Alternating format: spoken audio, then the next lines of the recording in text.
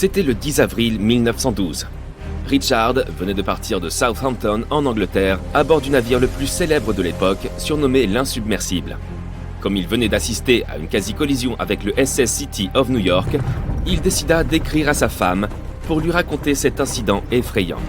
« Ma très chère Sal, nous nous en sommes sortis hier après beaucoup de difficultés. » Il était loin de se douter qu'à peine 4 jours plus tard, sa plume et le bateau sur lequel il se trouvait seraient perdus à jamais au fond de l'océan Atlantique Nord. Était-ce là une sorte de mauvais présage? Richard a-t-il pressenti ce qui allait se passer à bord? Au cas où tu ne l'aurais pas encore compris, Monsieur Richard Geddes était à bord du Titanic le jour où il a écrit cette lettre à sa femme. Le 14 avril 1912, le navire semblait perdu à jamais. Avec lui, de nombreux secrets et trésors se sont déposés au fond de l'océan. Il a fallu attendre 1985 pour que l'épave du Titanic soit enfin redécouverte grâce à une technologie sonar de pointe. Depuis, les scientifiques ont réussi à récupérer des milliers d'objets dans le bateau naufragé et un grand nombre d'entre eux ont été exposés ou vendus aux enchères. Par exemple, des bijoux, un gilet de sauvetage, un menu de restaurant du navire et même un morceau de moquette d'une cabine de première classe. Tous ces objets ont captivé l'attention du public, comme les diverses histoires des personnes à bord. Les scientifiques ont même cherché à remonter entièrement le Titanic afin de l'étudier convenablement et faire en sorte qu'il ne s'abîme pas davantage. Certains ont suggéré de remplir l'épave de balles de ping-pong pour qu'elle flotte jusqu'à la surface, et d'autres ont même envisagé d'injecter 180 000 tonnes de vaseline dans sa carcasse. Une autre stratégie envisagée consistait à utiliser quelques 450 000 tonnes d'azote liquide afin de piéger le vaisseau dans une sorte d'iceberg artificiel qui le ferait alors remonter par lui-même jusqu'à la surface. Mais toutes ces stratégies ont finalement dû être abandonnées, l'épave étant bien trop fragile pour être récupérée ainsi. Le Titanic est peut-être l'un des navires naufragés les plus intéressants. En tout cas, le plus célèbre. Mais les plongeurs en eau profonde ont encore beaucoup d'autres histoires à nous rapporter. Il arrive que parfois des avions se retrouvent au fond de l'océan. Des plongeurs qui exploraient les environs de l'île d'Oahu, dans l'archipel de Hawaï, sont tombés sur l'épave d'un avion F-4U Corsair. Il semble qu'il se soit écrasé dans l'océan en 1946 en raison d'un manque de carburant. Si tu pouvais plonger assez profondément, tu pourrais même tomber sur des statues et des objets disparus depuis très longtemps. Par exemple, les vestiges du seul parc archéologique sous-marin du monde au large de la côte de Naples, en Italie. On y trouve les ruines de l'ancienne ville romaine de Bayès. Les statues sous-marines qu'on peut y découvrir sont à couper le souffle, c'est le moins qu'on puisse dire. Dans une tournure plutôt ironique des événements, une partie de l'équipement que nous comptions utiliser pour nous rendre sur la Lune a été perdue au fond de la mer pendant de longues années. Mais comment cela a-t-il bien pu arriver? À partir de la fin des années 60 et jusqu'au début des années 70, de nombreuses fusées Apollo ont été lancées en orbite autour de la Terre et de la Lune. Lorsque le véhicule spatial atteignait une altitude d'environ 61 km, son premier étage, comprenant les moteurs, se séparait du corps principal. On pensait alors que ses composants étaient détruits ou perdus à jamais. Vraiment? En 2012, une équipe de spécialistes a découvert un ensemble de moteurs de fusées à 4 km au large des côtes de la Floride. Après 2 ans de restauration, ils ont été confiés au musée de l'aviation de Seattle qui les expose au public. Peux-tu t'imaginer une ville entière plongée sous l'eau? En 2001, une telle ville a été découverte dans le golfe de Cambay, au large des côtes indiennes. Certains archéologues pensent qu'il s'agit de la plus ancienne ville de l'histoire. Pour comparaison, elle fait presque la taille de Manhattan et est constituée de murs massifs et de grandes places. Les plongeurs ont découvert des fragments de sculptures, des œuvres d'art et même ce qui semblait être d'anciens meubles en bois, vieux de 9500 ans, soit 5000 ans de plus que tout ce qu'on a pu trouver jusqu'ici. Ok, et maintenant, pourquoi pas une rivière sous-marine? Je ne peux même pas imaginer à quoi cela ressemblerait, mais des plongeurs affirment en avoir vu au sud de Tulum, au Mexique. Est-ce réellement possible? Eh bien, pas vraiment. Car le cénote Angelita n'est pas une véritable rivière, mais un type très spécial d'illusion d'optique. Formé par une halocline, c'est-à-dire un nuage de sulfure d'hydrogène présent au fond de cette grotte sous-marine. Mais il se trouve que tu peux nager à travers ce nuage, ce qui te donnera l'impression de te déplacer dans une masse d'eau en mouvement. On ne trouve pas seulement des objets inanimés sous l'eau. Certaines découvertes concernent également des créatures marines plutôt effrayantes. Tu aimerais probablement éviter les méduses si tu ne raffoles pas des piqûres. Mais cette méduse géante, également connue sous le nom de méduse à crinière de lion, est la plus grande de son genre d'après ce que nous savons. En toute justice, tu ne tomberas dessus que si tu plonges dans les eaux des océans Arctique, Atlantique Nord et Pacifique Nord. Tu ne pourras pas la rater, car elle mesure 36 mètres de long avec ses tentacules. Ceux qui pratiquent la plongée en eau profonde sont nombreux à rêver de découvrir un jour un trésor perdu. Un plongeur a touché le jackpot lorsqu'il est tombé sur un trésor d'une valeur de près d'1 million de dollars au fond de la mer. C'était en 2015. Ce plongeur chanceux nageait juste au large des côtes de la Floride. Qu'a-t-il trouvé ? Eh bien, environ 51 pièces d'or, 12 mètres de chaîne en or et une pièce unique et rare qui avait été taillée spécialement pour le roi d'Espagne, Philippe V. En parlant de trésors perdus, il est arrivé aussi que des plongeurs trouvent des bateaux pirates. Ils ont découvert l'une de ces épaves en 2015, au large de la côte colombienne, datant du XVIIIe siècle. La valeur de ce navire disparu a été estimée entre 4 et 17 milliards de dollars, car il contenait des richesses, des pierres précieuses, de l'or et d'innombrables d'autres objets de grande valeur. En comparaison, il y a une île entière, dans les Bahamas, qui est à vendre pour 75 millions de dollars. Un ordinateur est la dernière chose que tu t'attendrais à découvrir sous l'eau, n'est-ce pas ? Et s'il ne s'agissait pas d'un ordinateur ordinaire, mais d'un ordinateur ancien ? Un plongeur l'a découvert par hasard entre 1900 et 1901, sur le lieu d'un naufrage situé au large d'une île grecque.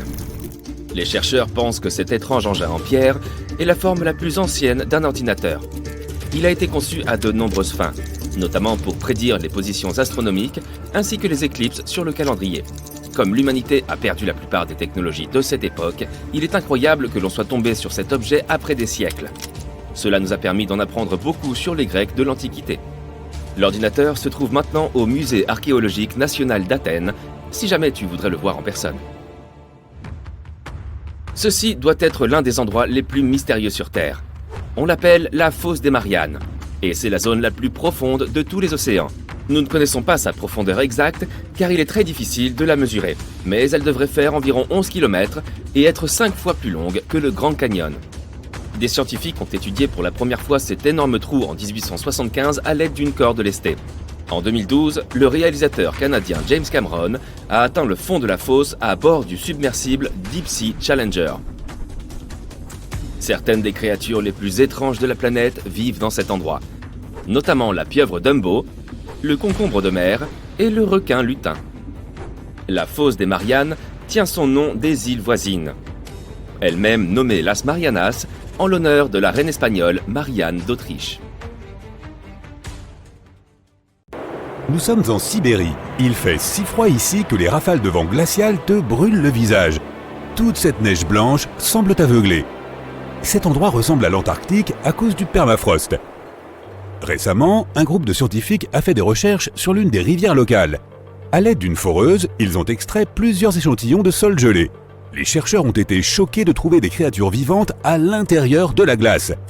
Plus tard, en laboratoire, ils ont réalisé que les créatures étaient des organismes multicellulaires microscopiques connus sous le nom de rotifères bdelloïdes. Ces créatures ressemblaient à de petits vers. Les scientifiques savaient que ces vers pouvaient vivre dans des conditions de congélation jusqu'à 10 ans. Mais l'âge des rotifères trouvés dans la glace était d'environ 24 000 ans. Et après la décongélation, ils ont commencé à se reproduire, comme s'ils avaient dormi pendant quelques heures et non des milliers d'années. Une analyse plus poussée a montré que ces organismes pouvaient rester congelés pendant des centaines de milliers d'années. Les rotifères pourraient avoir vécu à l'époque où les gens n'avaient pas encore inventé la roue. Et ce n'est pas leur seul super pouvoir. Les rotifères bdelloïdes font partie des animaux les plus résistants à la radioactivité sur Terre. Ils peuvent survivre dans des endroits où il n'y a ni oxygène ni eau. Ils peuvent aussi rester en vie dans des zones à forte acidité et peuvent vivre sans nourriture ni eau pendant longtemps. Ce ne sont d'ailleurs pas les seules créatures connues pour vivre pendant des milliers d'années. Des types particuliers de mousse et certains micro-organismes sont aussi presque immortels. Les nématodes, également appelés vers ronds, font partie des variétés de vers les plus adaptables au monde. Imagine la tour Eiffel qui se dresse haute et fière. Et maintenant, faisons-la 10 fois plus haute et plaçons-la sous terre. C'est exactement à cette profondeur, à plusieurs milliers de mètres sous la surface, que les scientifiques ont découvert ces créatures. Il n'y a pas de lumière solaire et presque pas d'air à cet endroit. Et comme on est beaucoup plus proche du noyau de la Terre que de sa surface, la température y est plus élevée qu'au milieu du désert le plus chaud. Les millions de tonnes de terre qui se trouvent au-dessus créent une pression folle. Mais tout cela n'a pas empêché la vie de s'y développer. Lorsque les vers ronds manquent d'air ou de nourriture, ou lorsque la température devient trop élevée, ils rentrent dans un état unique de stase ou d'hibernation profonde. Dans ce mode, le métabolisme des vers ralentit et presque tous les processus de leur corps s'arrêtent. Les créatures peuvent dormir pendant très longtemps et ne se réveillent que lorsque l'environnement devient plus vivable. D'ailleurs, on n'a pas besoin d'aller si profondément sous terre pour trouver ces créatures. On trouve des nématodes partout dans le monde. Ils peuvent vivre dans des sources chaudes, des déserts, en haute montagne, parmi les glaces dures de l'Antarctique ou à l'intérieur des animaux et des humains. Nos prochaines créatures invulnérables sont les tardigrades, également connus sous le nom d'oursons d'eau. Ce sont des invertébrés microscopiques à 8 pattes, étroitement liés aux arthropodes. Il est impossible de les voir à l'œil nu. Mais un microscope conventionnel te permettra de voir les tardigrades en détail. Ils ressemblent effectivement à de minuscules oursons. On les appelle oursons d'eau car ils ont besoin d'une fine couche d'eau autour de leur corps en permanence. Elle est nécessaire pour éviter la déshydratation. Les tardigrades ont été trouvés dans toutes sortes d'environnements, des profondeurs de l'océan aux dunes de sable. Ils sont incroyablement robustes grâce à la structure unique de leur organisme. Certes, ils ont l'air mous, mais leur corps est recouvert d'une cuticule résistante. Ce revêtement ressemble aux exosquelettes des sauterelles, des mantes et de nombreux autres insectes. Les oursons d'eau se débarrassent de leur ancienne couche de cuticule lorsqu'ils ont besoin de grandir. Chacune de leurs 8 pattes possède 4 à 6 griffes, ce qui les aide à s'agripper à n'importe quelle surface. Les oursons peuvent survivre à une température presque 3 fois plus froide que celle de la glace de l'Antarctique. La chaleur ne leur fait pas peur non plus. Il a été prouvé qu'ils pouvaient survivre à une température d'ébullition de l'eau. De plus, les oursons d'eau n'ont pas peur des radiations ni des hautes pressions. Dans les profondeurs de l'océan, la pression peut détruire les alliages des métaux les plus solides. Mais ces créatures peuvent résister à des pressions 6 fois supérieures. Et le plus impressionnant, c'est qu'ils peuvent vivre dans le vide de l'espace. Notre planète possède un champ magnétique. C'est un bouclier qui nous protège des radiations solaires. Les tardigrades n'ont pas besoin de cette protection. Ils peuvent aller en orbite proche de la Terre et revenir indemnes. Tout cela grâce à une protéine qui protège leur ADN des rayonnements ionisants. Comme d'autres organismes immortels, les oursons d'eau peuvent tomber dans un état de cryptobiose. Les tardigrades rentrent leur tête et leurs jambes à l'intérieur de leur corps et s'endorment. Si les conditions environnantes menacent de geler, de se dessécher ou de subir un manque d'oxygène, ils resteront dans cette forme de tonneau jusqu'à ce que la situation s'améliore. Ce sont là des organismes et des microbes microscopiques que l'on ne peut voir qu'au microscope. Mais que penses-tu de quelque chose de plus grand? Voici les Opheridae. Ils vivent dans le sud-ouest des États-Unis et au Mexique. Ces coléoptères ne peuvent pas survivre à des températures élevées, vivre sans oxygène ou dans des conditions de rayonnement accrues. Mais leurs carapaces sont si résistantes qu'elles ne peuvent être entamées qu'avec une perceuse ou un marteau. Leurs exosquelettes durables sont faits d'une substance spéciale, la chitine. On la trouve aussi dans la carapace des crabes et des crevettes. Et encore, la chitine des Opheridae est si durable qu'elle leur permet de résister à l'impact d'une voiture roulant à grande vitesse. En cas de danger, ils peuvent cacher leurs moustaches et leurs solides pattes dans des renfoncements spéciaux de la coquille. Les autres animaux ne peuvent pas mordre à travers la carapace, si bien qu'ils recrachent le coléoptère et partent chercher leur déjeuner ailleurs. Dès que le danger disparaît, la bestiole étire à nouveau ses pattes et va à ses occupations. La carapace sauve aussi les coléoptères de la déshydratation, ce qui est très utile dans les régions arides du Mexique et du sud-ouest des États-Unis. À l'intérieur de leur exosquelette, ils peuvent stocker de l'humidité. En d'autres termes, ces insectes peuvent absorber de l'eau dès qu'ils en trouvent et transporter ce liquide à l'intérieur d'eux-mêmes. Nos prochaines créatures sont incroyablement fragiles, mais elles savent comment survivre dans des endroits où presque aucun autre animal ne peut vivre. Rendons-nous dans le sud-est de la Roumanie, près de la mer Noire. Ici, sur une large plaine désolée, tu pourras remarquer la présence d'une fosse. C'est une mine qui s'enfonce profondément dans le sol. L'air à la surface de notre planète contient généralement environ 20% d'oxygène, mais dans la mine, il n'y en a que 10%. À l'intérieur de la grotte, l'air a également une teneur accrue en sulfure d'hydrogène et en dioxyde de carbone. Les humains ne peuvent pas y respirer sans une bouteille d'oxygène.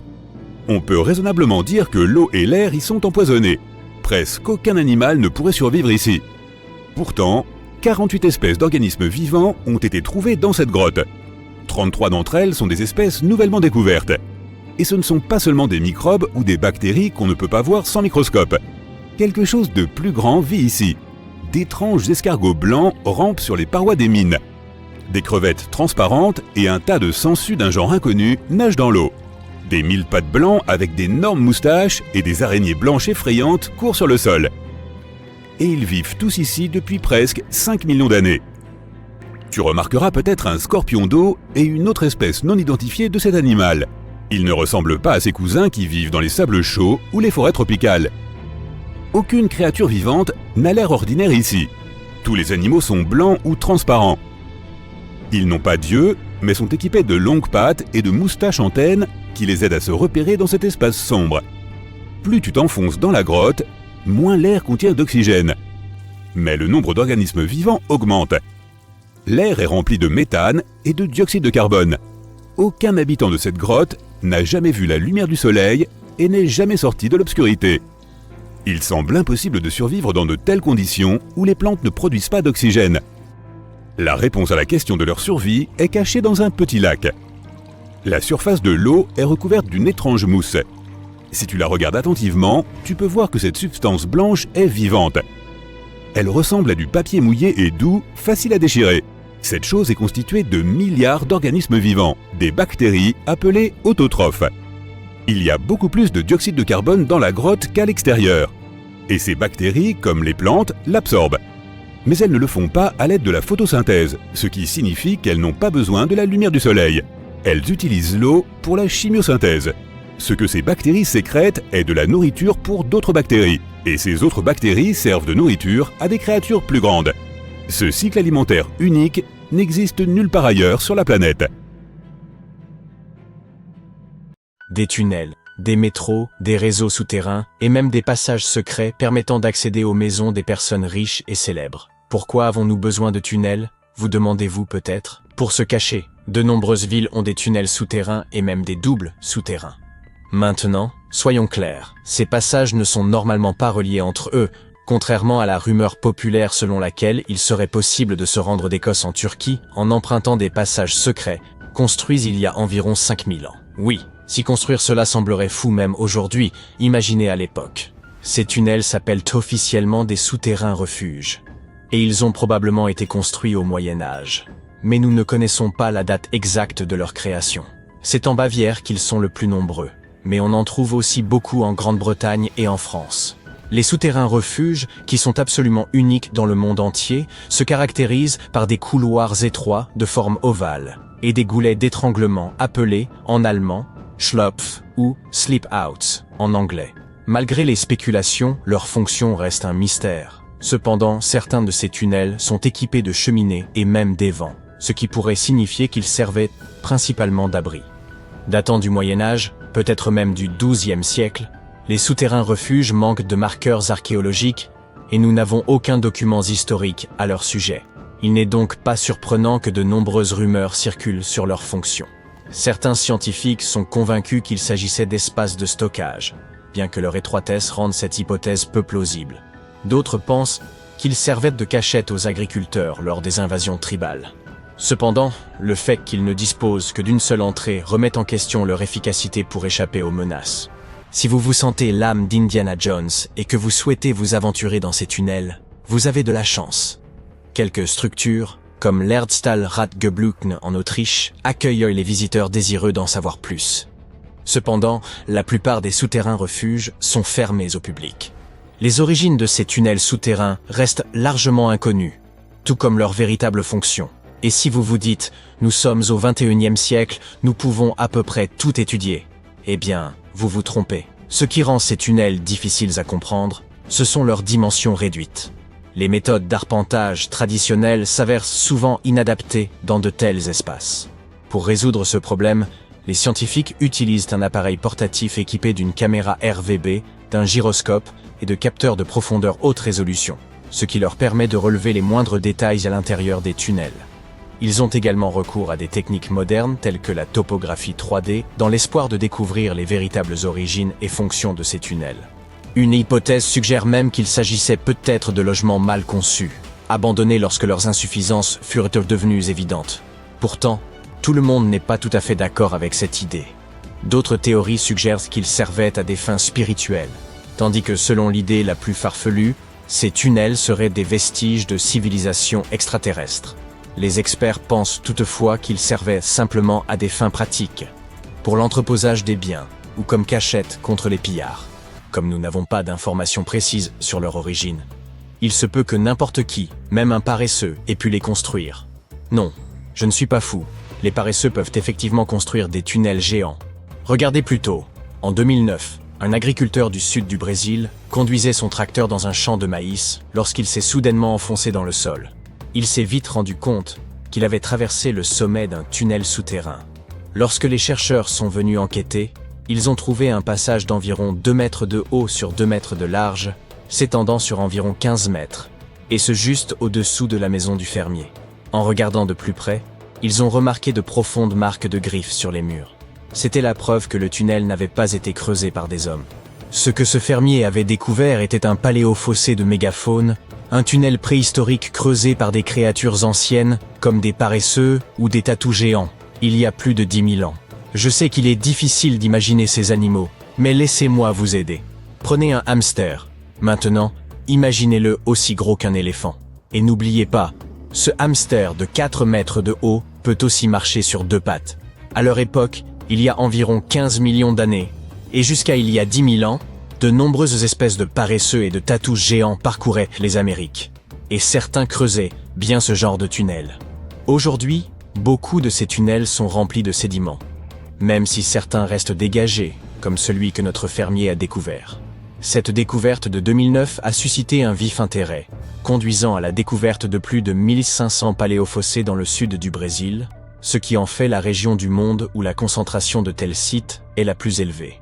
Mais personne ne sait exactement pourquoi il y en a autant dans le sud du Brésil. Bien que certains paléofossés existent dans toute l'Amérique du Sud, on n'en a trouvé aucun en Amérique du Nord, ce qui est étrange, car ces énormes paresseux parcouraient tout le continent.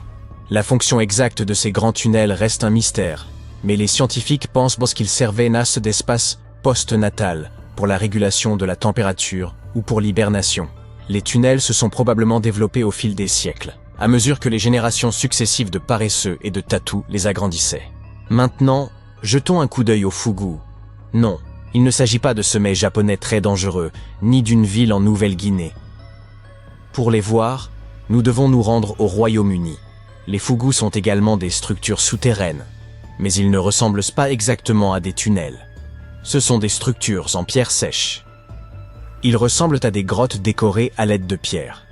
On n'en a trouvé qu'une quinzaine jusqu'à présent, et la plupart se trouvent en Cornouailles. Selon les estimations, ces tunnels auraient été construits il y a environ 2400 ans, et ils sont encore en parfait état, ce qui est vraiment fascinant. À l'époque, les gens ne disposaient pas de machines modernes, et pourtant ces structures sont toujours là. Vous vous imaginez acheter un appartement aujourd'hui et apprendre qu'il sera toujours là dans 2 millénaires et demi? Pour en revenir à nos Fougous, leur fonction supposée n'a rien d'extraordinaire. Ils pouvaient être utilisés à des fins spirituelles, comme cachette ou comme garde-manger. Cette dernière fonction est cependant un peu surprenante. Je suppose que ce n'est un secret pour personne que l'Angleterre est réputée pour son taux d'humidité excessif, et que si vous voulez bien conserver vos aliments, vous devez éviter l'humidité à tout prix. Sinon, vous pouvez dire bonjour à la moisissure et aux champignons. Mais les peuples anciens n'étaient pas bêtes du tout. Autrement, ils n'auraient pas survécu, et vous et moi ne serions pas là aujourd'hui. Ils utilisèrent donc peut-être ces Fougous pour stocker certains produits, des produits présentant une moisissure naturelle, et contribuer ainsi à la conservation des denrées périssables, comme le lait, le beurre et le fromage. Mais bon, ce ne sont là que suppositions. La véritable fonction de ces tunnels reste inconnue. Ce qui rend les Fougous uniques, c'est qu'il s'agit de tunnels construits délibérément, et non de mines creusées comme on en trouve au pays de Galles, par exemple. Ils ont été réalisés par l'excavation de tranchées profondes, puis revêtus de dalles de pierre de fête, avant qu'on y déverse du remblai. Tout cela demandait beaucoup de temps et d'efforts. Cependant, quelle que soit la difficulté, Les villes du monde entier sont souvent bâties sur des réseaux de tunnels complexes, uniques à chaque endroit. Par exemple, Paris est célèbre pour ses vastes carrières souterraines, qui ont été abandonnées il y a des années, mais qui présentent toujours un risque d'effondrement dans certaines zones. Londres possède l'un des plus grands réseaux de tunnels au monde, dont beaucoup ont été spécialement créés à des fins militaires. À New York, des rumeurs circulent sur l'existence de tunnels secrets, tandis qu'à Los Angeles, on trouve d'anciens tunnels datant de la Prohibition, utilisés par les bars clandestins. De nombreuses autres villes possèdent d'énigmatiques tunnels. Et étonnamment, la Floride ne fait pas exception. Remontons jusqu'en 2011, à Ybor City. Près d'un ancien bureau de poste, une inondation a fait apparaître quelque chose d'étrange. Les vestiges d'une structure inconnue. À l'époque, les gens n'y ont pas vraiment prêté attention. Et ce n'est que 7 ans plus tard que l'on a découvert quelque chose de vraiment fascinant. Ce quartier historique a été fondé dans les années 1880, mais on ignorait jusqu'en 2018 qu'il abritait également un réseau de tunnels cachés. Nous ne l'avons découvert que grâce à des travaux de rénovation. Leur fonction exacte, bien sûr, est inconnue, mais la plupart des scientifiques sont convaincus qu'ils servaient à relier les premières salles de jeu au port de Tampa. Il est difficile de déterminer l'étendue de ce réseau de tunnels. En 2018, on a trouvé dans une maison historique de Seminole Heights des portes verrouillées menant à des tunnels datant des années 1920. Un habitant a même déclaré avoir parcouru un tunnel pendant une vingtaine de minutes. Selon certaines rumeurs, ces tunnels relieraient le fleuve Hillsborough à Ybor City. Les recherches se poursuivent, mais aucune nouvelle information n'a encore été dévoilée.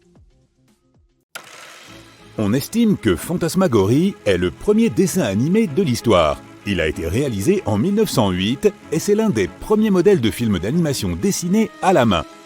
Mais savais-tu que les peuples anciens amusaient déjà leurs enfants avec des dessins animés il y a environ 2,6 millions d'années? Une nouvelle étude révèle que les hommes des cavernes étaient les premiers à animer les images. Comment? Ils gravaient des dessins d'animaux sur des pierres et les plaçaient autour des feux. Lorsque la lumière commence à circuler, les animaux se mettaient à bouger et à se secouer dans tous les sens. Les sculptures préhistoriques prenaient ainsi vie à la lumière vacillante du feu, et les dessins semblaient sauter d'un point à l'autre comme s'ils voulaient faire la fête. Imagine à quel point il était amusant pour les familles préhistoriques de s'asseoir autour d'un feu et de créer ces sculptures animées. Il se trouve que certaines des anciennes peintures murales et gravures trouvées dans les grottes ont même été inspirées par cette vision illuminée par les ombres mouvantes des flammes. En gros, ces sculptures d'antan prenaient vie lorsque la lumière du feu les touchait, et les chercheurs ont réalisé un film montrant cet effet génial sur un modèle 3D de certaines gravures de chevaux.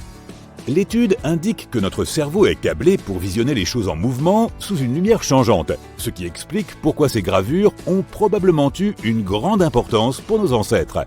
En d'autres termes, les hommes des cavernes se disaient « Hé, gravons des trucs sympas sur ce rocher, et quand on allumera un feu, on aura l'impression que ça bouge. » Et maintenant, ces scientifiques se sont dit « C'est fantastique, faisons un film pour vous expliquer tout cela, mesdames et messieurs. » Andy Needham et ses coéquipiers ont utilisé les technologies modernes de numérisation et de réalité virtuelle pour étudier 50 roches plates et sculptées, appelées plaquettes, faites de calcaire.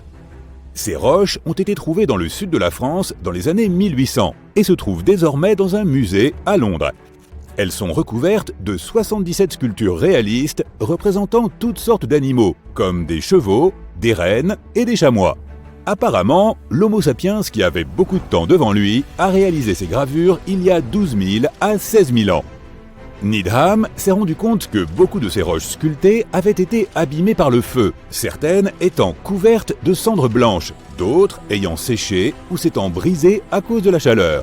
En les examinant de plus près, il a découvert des bandes roses de décoloration résultant de dépôts de fer dans la pierre. Le plus intéressant, c'est que les gravures d'animaux étaient souvent superposées les unes sur les autres, parfois même fondues ou ajustées ensemble, comme une sorte de puzzle d'animaux préhistoriques.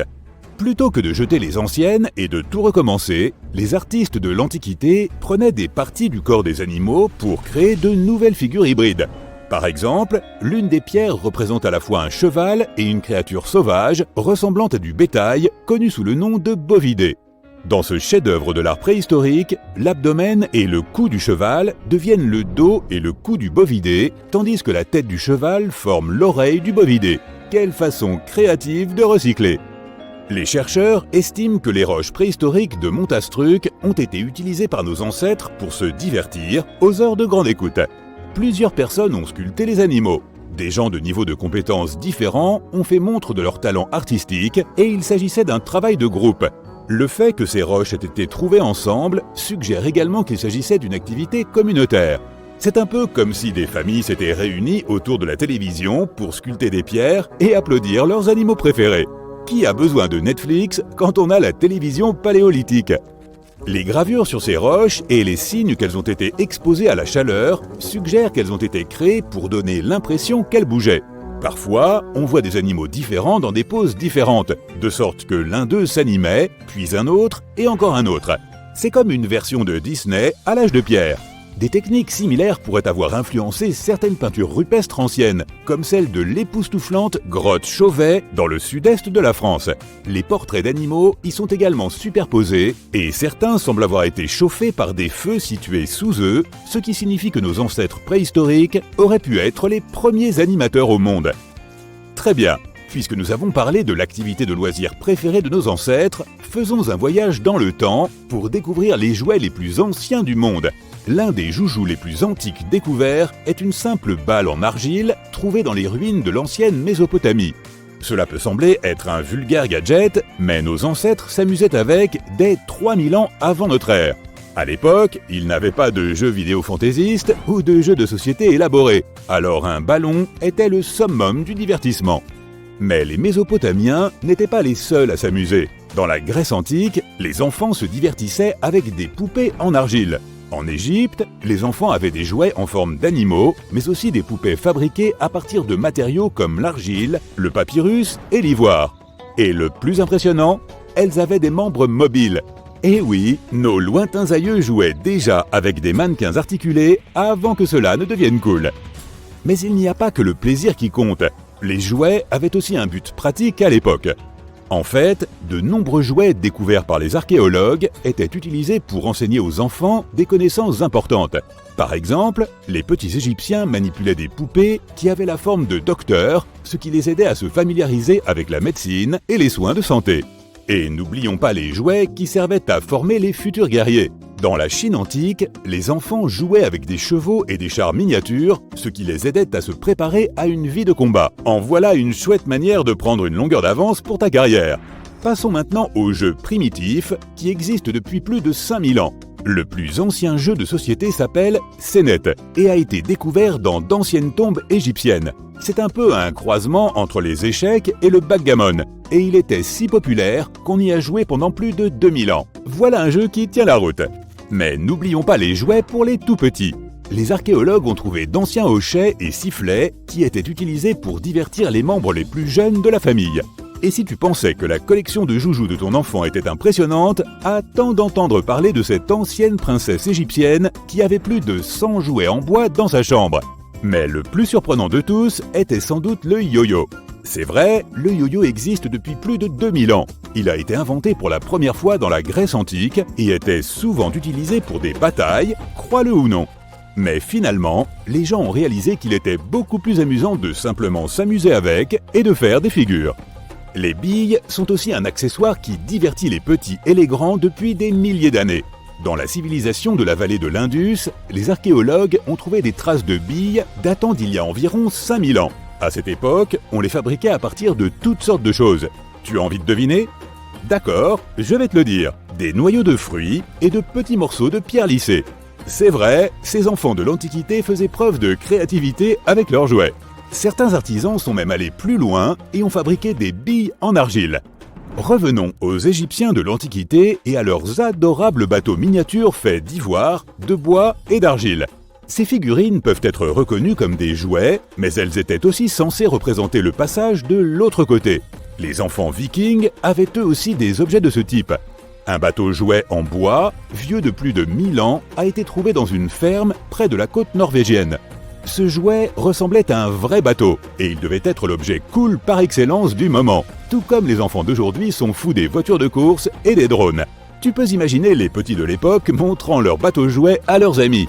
Beaucoup de ces accessoires sont encore très amusants aujourd'hui. Il y en a beaucoup d'autres qui ont été laissés de côté, comme les soldats de plomb et les toupies. Dis, une question. Tu souhaiterais en savoir plus sur les jouets anciens ou sur les gadgets des débuts du cinéma? Tout le monde aime les sites archéologiques. Le Colisée romain, la cité antique du Machu Picchu, les pyramides de Gizeh. Mais t'es-tu déjà demandé à quoi ils ressemblaient autrefois, à l'époque où ils ont été construits? Ou même à l'époque où ils étaient recouverts de lierre et oubliés par l'humanité? Attache ta ceinture, car nous partons pour un voyage dans le temps vers les plus grands sites archéologiques du monde. Notre voyage commence en Amérique du Sud, au fin fond des montagnes péruviennes.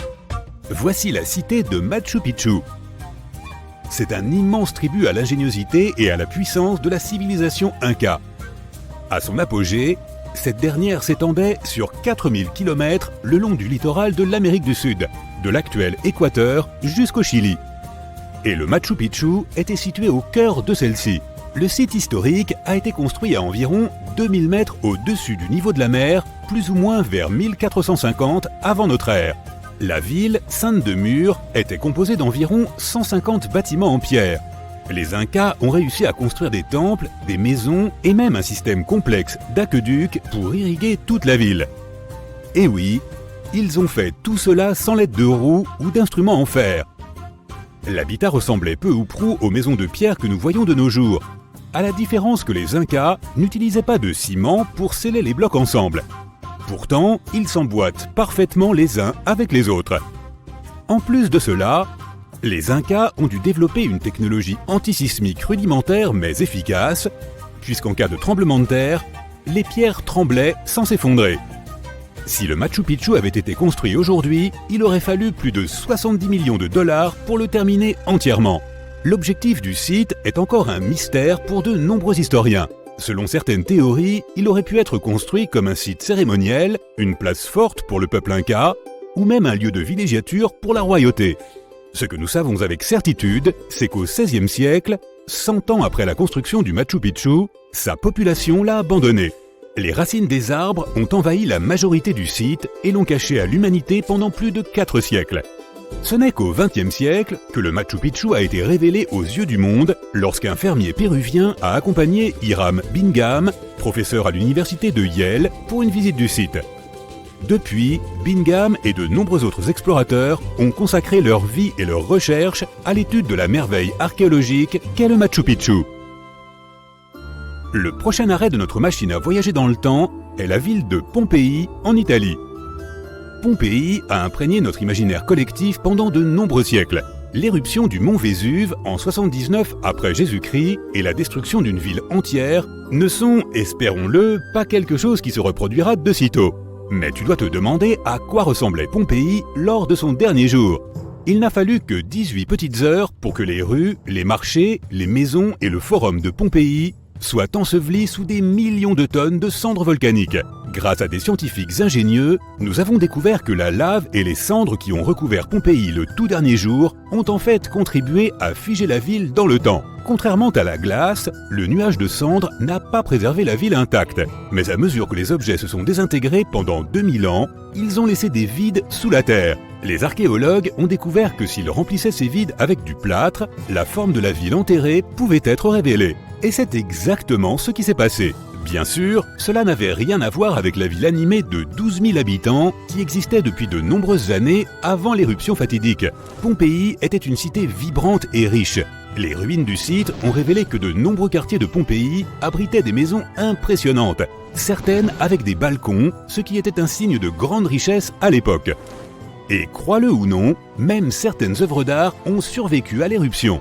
Les archéologues ont trouvé des fresques et des peintures murales bien conservées et représentant des créatures mythologiques. Elles indiquaient généralement que des membres de la haute société vivaient là. Les ruines montrent que la ville disposait même de thermes et de douches fabriquées avec des matériaux luxueux.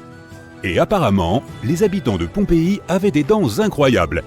Les archéologues ont même pu distinguer un tel niveau de détail dans les moules de plâtre qu'ils ont récupérés sous terre. Toujours sur le territoire italien se trouve l'une des plus grandes attractions touristiques du monde, le Colisée romain. Il a été construit comme un amphithéâtre sous le règne de l'empereur Vespasien vers 70 après Jésus-Christ. Ce n'est qu'en l'an 80 que le fils de Vespasien, l'empereur Titus, a inauguré le Colisée. Le monument était une merveille à contempler. Des murs de 50 mètres de haut, plus de 80 entrées et une capacité de 87 000 spectateurs.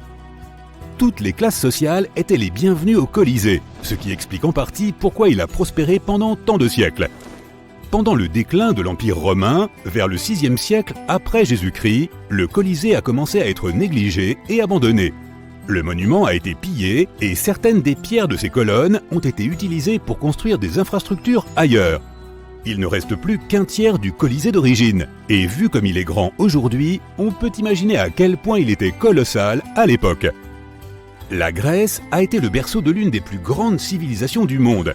À l'apogée de cette culture, littéralement et historiquement parlant, il y a plus ou moins 2400 ans, les Athéniens ont construit une citadelle connue sous le nom d'Acropole.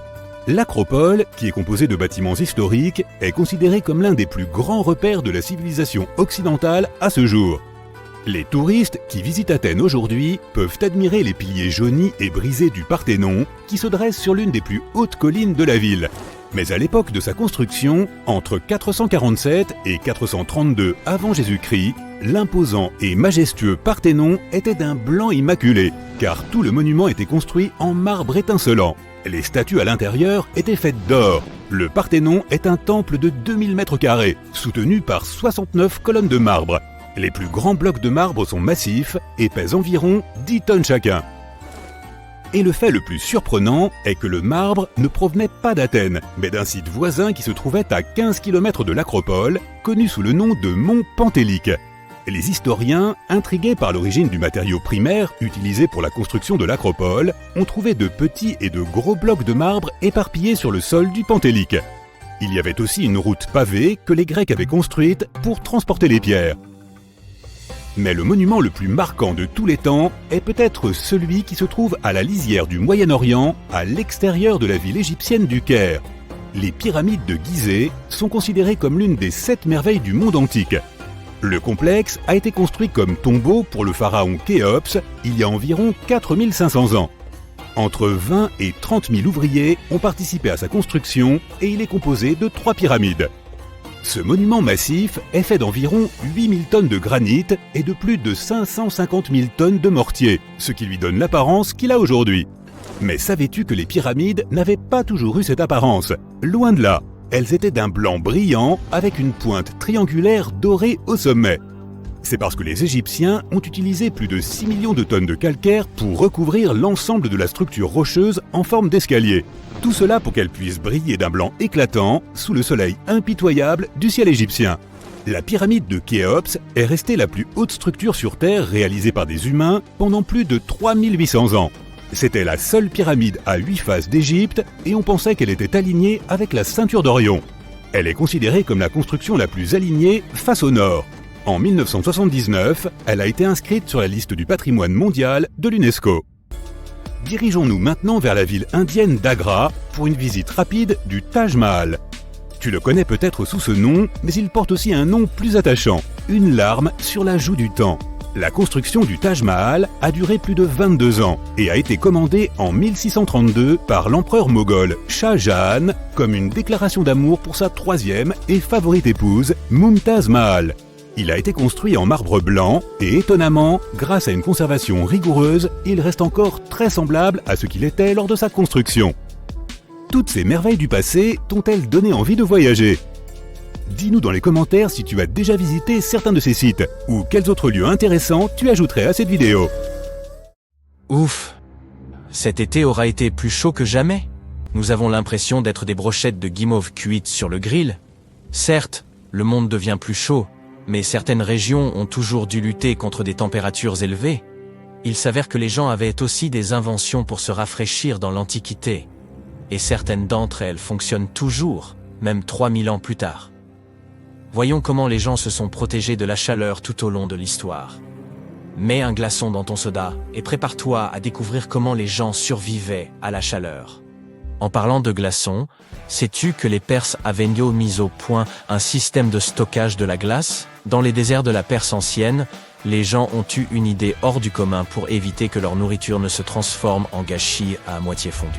Ces perceurs ingénieux sont tombés sur une astuce de physique qui leur a permis de créer de la glace au milieu du désert.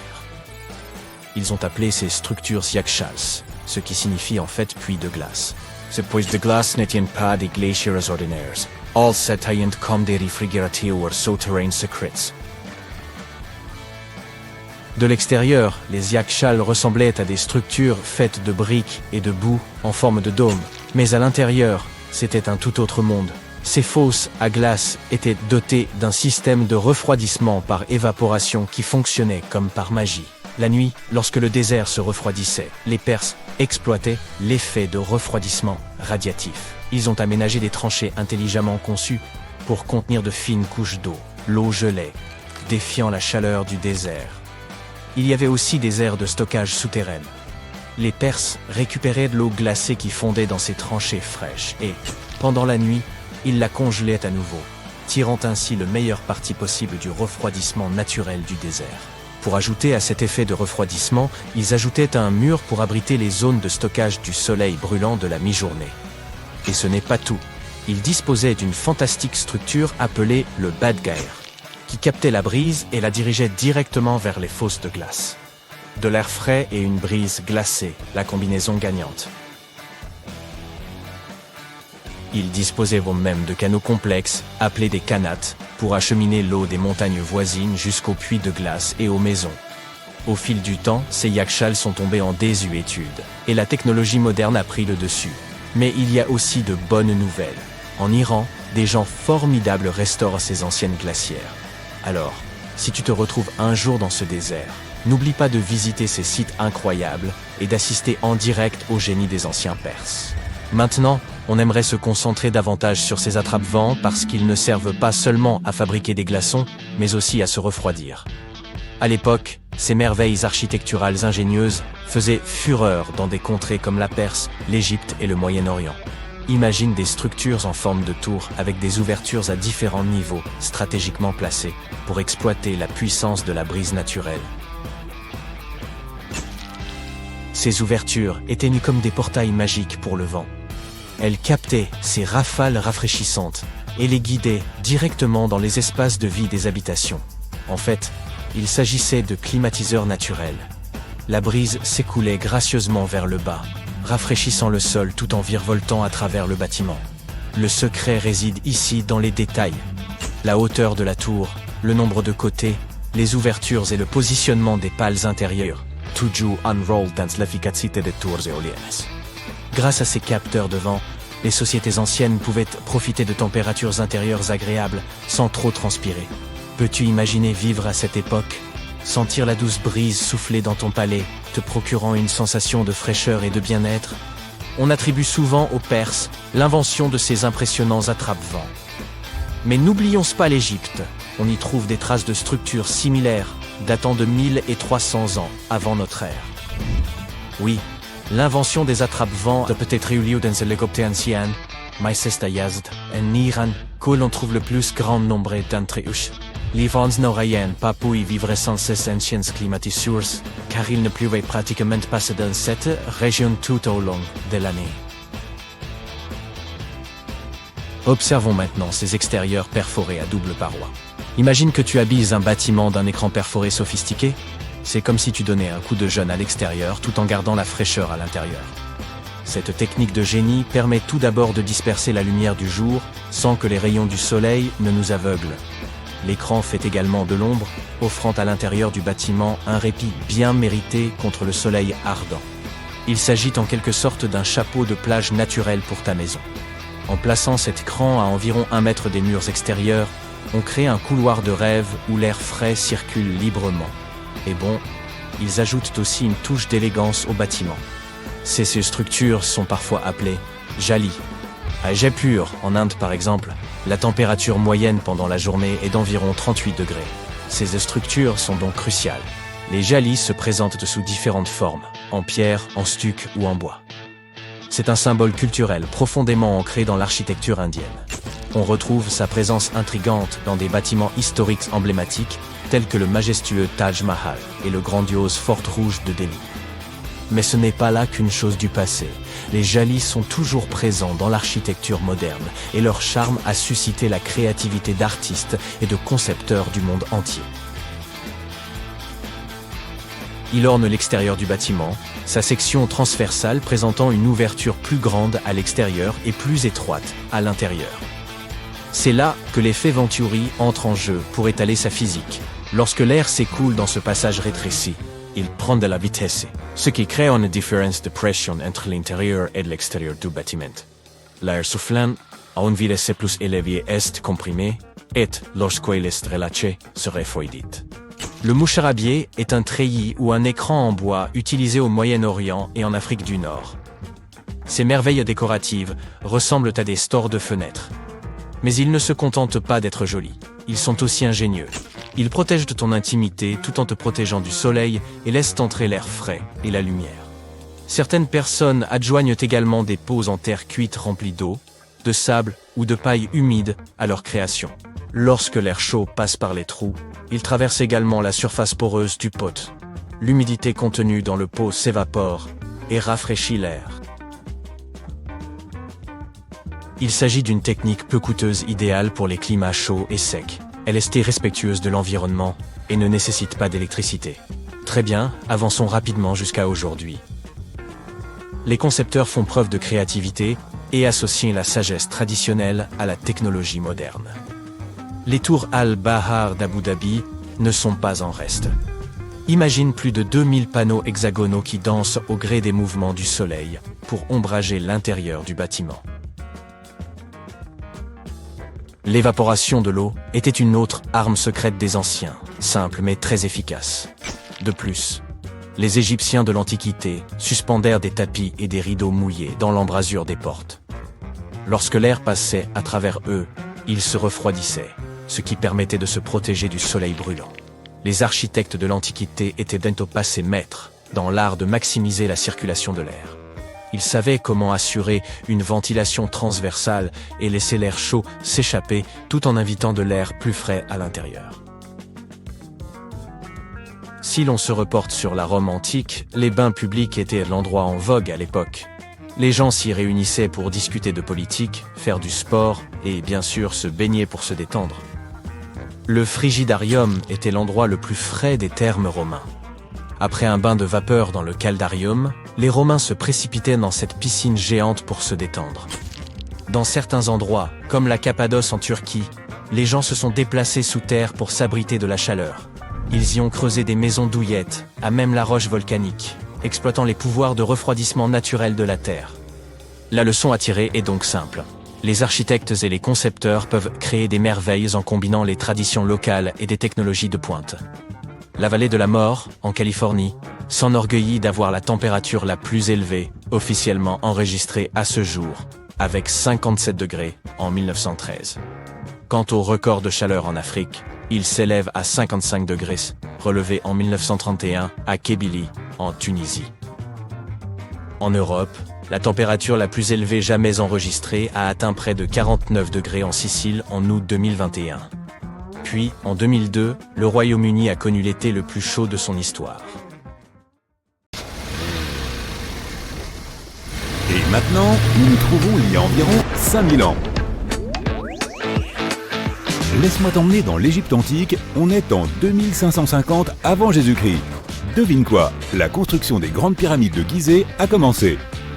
Les gens ont appris à construire des cathédrales et des gratte-ciel, mais ce n'est que récemment que ces énormes bâtiments sont apparus. Même les scientifiques modernes ne savent toujours pas comment ces pyramides ont été construites il y a 5000 ans. Il n'est donc pas étonnant qu'elles fassent partie des 7 merveilles du monde antique. D'ailleurs, elles sont aussi les plus anciennes d'entre elles, et la seule merveille du monde antique qui existe encore au XXIe siècle. Il a fallu beaucoup de coopération pour construire une chose aussi massive, même pour les mesures d'aujourd'hui. Mais les pyramides de Gizeh n'étaient pas les premières de l'histoire. La première, appelée la pyramide à degrés, a été construite environ 80 ans avant la première pyramide de Gizeh, en 2630 avant Jésus-Christ, pour le roi Djoser. Elle n'était pas censée être extraordinaire, mais elle a fini par être très impressionnante. Il s'agissait d'une pyramide composée de 6 couches de pierre en escalier. Elle mesurait 62 mètres de haut, soit la hauteur d'un immeuble de 19 étages. Et c'était le plus haut bâtiment qui existe à l'époque. Mais ce n'était pas qu'une simple pyramide. Elle était entourée de tout un ensemble de bâtiments, y compris des cours intérieures. Dans l'Égypte antique, les gens croyaient à la vie après la mort. Alors tout le monde, surtout les rois, voulait s'assurer qu'ils avaient tout ce dont ils auraient besoin pour s'y préparer. Voici pourquoi le complexe des pyramides était parfaitement fourni avec de nombreux objets que les gens utilisaient au quotidien. Le complexe comprenait une pyramide et une sorte de palais. Ces bâtiments contenaient de nombreuses choses que le roi aimait et dont il pourrait avoir besoin un jour, comme des meubles, de la nourriture et des récipients en or. Après Djoser, la construction de pyramides est devenue une pratique courante, mais de nombreuses pyramides n'étaient pas terminées. Il fallait généralement une vingtaine d'années pour en construire une, mais de nombreux souverains régnaient bien moins longtemps que cela. Et en tout, il y a plus de 100 pyramides. Les pyramides les plus célèbres sont les grandes pyramides de Gizeh. La première, et la plus grande, a été construite pour le pharaon Khufu vers 2550 avant Jésus-Christ. À l'époque, elle mesurait 147 mètres de haut, ce qui est aussi haut qu'un immeuble de 40 étages. La deuxième pyramide a été construite pour le fils de Khufu, le pharaon Khafré, vers 2520 avant Jésus-Christ. Elle est un peu plus basse et mesurait à l'origine 143 mètres de haut, soit un immeuble de 39 étages. C'est la pyramide où se trouve la célèbre statue du Sphinx. Les Sphinx ont un corps de lion et une tête d'homme. On les construisait pour garder des zones importantes. Celui-ci a la tête du pharaon Khafré et garde sa pyramide faisant face au lever du soleil. Le Sphinx est la statue la plus connue et l'une des plus grandes et des plus anciennes du monde. À l'origine, il était de couleur rouge et avait un nez. Il est encore possible de voir les traces de pigments rouges près de ses oreilles, mais personne ne sait exactement quand son nez a disparu. Pendant un certain temps, le Sphinx a été en quelque sorte caché sous terre. Il était recouvert de sable jusqu'aux épaules. Heureusement, au début des années 1800, un aventurier, accompagné d'une équipe de 160 personnes, l'a déterré. La troisième pyramide de Gizeh est la plus petite. Elle est 2 fois plus basse. À l'origine, elle mesurait 66 mètres de haut, soit environ la hauteur d'un immeuble de 20 étages. Elle a été construite en 2490 avant Jésus-Christ pour le fils de Khafra, Menkaure. Les pyramides ont été conçues pour être alignées avec les points cardinaux et leurs côtés symbolisent les rayons du soleil. Mais à l'époque, il n'y avait pas de boussole. Les Égyptiens de l'Antiquité calculaient eux-mêmes les directions avec une précision étonnante. Pour aligner les pyramides, ils ont utilisé 2 constellations. À l'origine, les pyramides étaient recouvertes de calcaire blanc lisse et avaient un sommet doré et argenté pour refléter le soleil. Plus tard, d'autres rois ont pris le calcaire blanc des pyramides et l'ont utilisé pour d'autres constructions. Les scientifiques ont estimé que les Égyptiens de cette époque ont utilisé environ 2,3 millions de blocs de pierre pour construire la première pyramide. Chaque bloc pesait plus d'1 tonne, c'est le poids d'un rhinocéros. Certains blocs étaient encore plus gros, étant presque aussi lourds qu'un éléphant. Il y a 4 millénaires et demi, il n'y avait aucun équipement moderne pour aider à la construction. Il n'y avait pas de machines, pas de roues et même pas d'acier. Le seul métal dont ils disposaient était le cuivre. Aujourd'hui encore, les scientifiques ne savent pas exactement comment les Égyptiens ont réussi à construire les pyramides. Il ne reste aucun document qui pourrait nous éclairer à ce sujet. Certains pensent même que les Égyptiens voulaient garder le secret et qu'ils n'ont pas laissé d'archives à cet effet. Beaucoup croient que ce sont des gens pauvres et des étrangers qui ont construit les pyramides, mais ce n'est pas vrai. En fait, les bâtisseurs étaient des ouvriers très qualifiés et ils étaient bien nourris et bien payés. Les archéologues affirment que les bâtisseurs vivaient dans une ville provisoire à proximité et constituaient une communauté très organisée avec un chef bien déterminé. Les scientifiques affirment qu'environ 20 000 personnes ont travaillé sur chaque complexe de pyramides et qu'il a fallu environ 20 ans pour les construire. Il s'agissait probablement d'un projet national. Les ressources du site de construction étaient importantes et la nourriture et les produits de première nécessité devaient provenir de toutes les régions d'Égypte. Même avec tout ce soutien, on ne sait toujours pas comment les gens ont réussi à tailler, transporter et monter ces énormes pierres. Selon l'une des théories, les pierres ont probablement été transportées sur des bateaux le long du Nil. Ensuite, il y avait une partie plus difficile. Il fallait les déplacer vers le site de construction. Pour cela, ils ont probablement utilisé des traîneaux en bois. Il n'était pas très difficile de les tirer car le sable, mélangé à la bonne quantité d'eau, était assez lisse. Et 10 personnes pouvaient déplacer un traîneau assez facilement, même avec une pierre qui pesait 1 tonne. Enfin, un dernier problème, les pierres devaient être soulevées et mises en place. Les archéologues ont découvert les restes d'un système de rampes qui remonte à l'époque de la construction des pyramides. Il est fort probable que les Égyptiens aient conçu un système unique pour déplacer et tirer d'énormes blocs de pierre. Mais personne ne sait à quoi il ressemblait exactement. La thèse la plus répandue est qu'il y avait plusieurs rampes autour de la pyramide pour aider à déplacer les blocs. La rampe grandissait au fur et à mesure que la pyramide devenait plus haute. On suppose que les gens montaient les escaliers en tirant la pierre sur un traîneau en bois situé au milieu d'une rampe en sable. Cela en fait n'est qu'une des options. Certains disent que les rampes faisaient le tour de la pyramide, d'autres affirment que les rampes étaient à l'intérieur. Mais nous ne serons jamais certains, et cela restera toujours un mystère. D'ailleurs, c'est ce que voulaient les Égyptiens de l'Antiquité. Étonnamment, il n'y a pas grand-chose à l'intérieur des pyramides. La plupart d'entre elles ne sont que des pierres solides avec très peu d'espace ouvert. Mais jetons un rapide coup d'œil à l'intérieur de la plus grande des pyramides de Gizeh.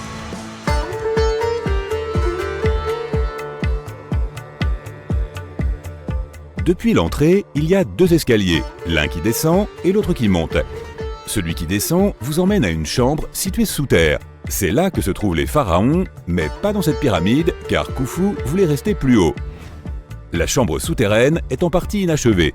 La pièce avec le sarcophage de Khéops est nommée la chambre du roi.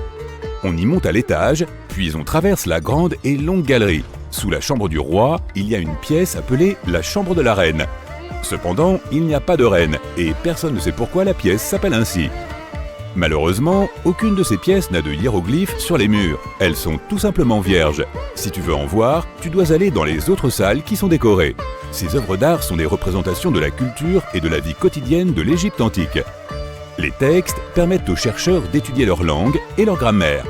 Malheureusement, les trésors qui se trouvaient autrefois ici dans la pyramide ont été volés depuis longtemps. De cette pièce, il y a de nombreux tunnels dont le but est inconnu. Il y a beaucoup de tunnels et de passages à l'intérieur des pyramides. Il y a beaucoup de chambres, de puits et de chemins secrets. Les scientifiques ont envoyé de petits robots équipés de caméras depuis quelques décennies. Et grâce à eux, ils ont découvert une autre chambre un peu plus haut avec des hiéroglyphes sur les murs. Mais aujourd'hui encore, une grande partie des pyramides demeure inconnue et il n'existe pas de plan de construction des pyramides. Les Égyptiens ont créé un mystère que personne ne peut percer depuis 4500 ans. Les scientifiques ont récemment commencé à passer la pyramide au rayon X afin d'apprendre ce qu'il y a à l'intérieur sans y pénétrer, ainsi que dans ces tunnels étroits et mystérieux. L'ancienne cité de Taposiris Magna est nichée quelque part le long de la côte nord de l'Égypte. De nos jours, elle a conservé très peu de sa gloire d'antan. Mais ce qui se trouve en dessous pourrait bien détenir la clé d'un célèbre mystère. Celui de Cléopâtre, l'une des reines d'Égypte les plus mémorables de l'histoire. Le tunnel récemment découvert est également connu comme un prodige de géométrie pour son époque. Des fouilles ont mis à jour une structure de 13 mètres de long enfouie dans le sol et partiellement immergée. Sa forme et ses techniques de construction sont semblables à celles du tunnel de Palinos. Une autre incroyable découverte de l'Antiquité. Ce dernier se trouve sur l'île de Samos, en Grèce, et a été réalisé en creusant simultanément à partir de 2 points, dans le but de les faire se rencontrer au milieu. L'utilisation des mathématiques et de la géométrie pour réaliser cet ouvrage était d'une précision stupéfiante pour l'époque, d'autant plus qu'il traverse une montagne de part en part. Les archéologues qui travaillent sur le site de Taposiris Magna depuis 2004 pensent que ce tunnel pourrait mener au tombeau perdu de Cléopâtre. Les indices qu'ils ont découverts jusqu'à présent semblent étayer cette théorie. Pour commencer, la ville et son temple ont été construits par l'un des ancêtres de Cléopâtre, Ptolémée II. Toute son architecture semble indiquer que la cité était dédiée à l'ancien dieu Osiris et à sa reine, Isis.